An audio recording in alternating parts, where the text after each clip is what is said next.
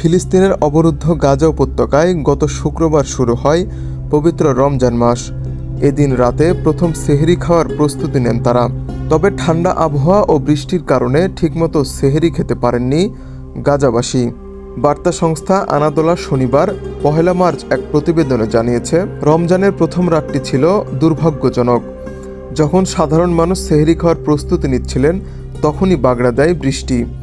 এতে তাদের অস্থায়ী তাঁবুতে পানি জমে যায়, ভিজে যায় ব্যক্তিগত জিনিসপত্র।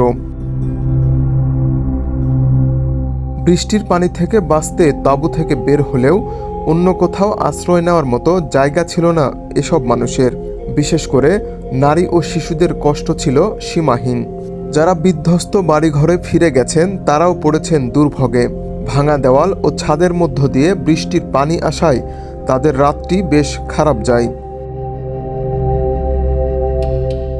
দখলদার ইসরায়েলের সঙ্গে গত 19 জানুয়ারি সশস্ত্র গোষ্ঠী হামাসের যুদ্ধবিরতি হয়। চুক্তি অনুযায়ী গাজায় কয়েক হাজার অস্থায়ী বাড়ি প্রবেশের কথা ছিল, কিন্তু ইহুদিবাদী ইসরায়েল এই কথা রাখেনি।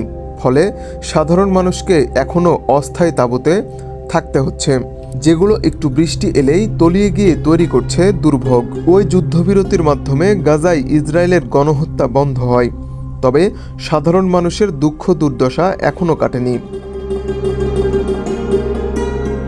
তা সত্ত্বেও নিজেদের যতটুকু সামর্থ্য আছে সেটি দিয়েই পবিত্র এ মাসকে স্বাগত জানানোর প্রস্তুতি নেন তারা। কিন্তু বৃষ্টির কারণে এখন সমস্যায় পড়েছেন সেখানকার সাধারণ মানুষ।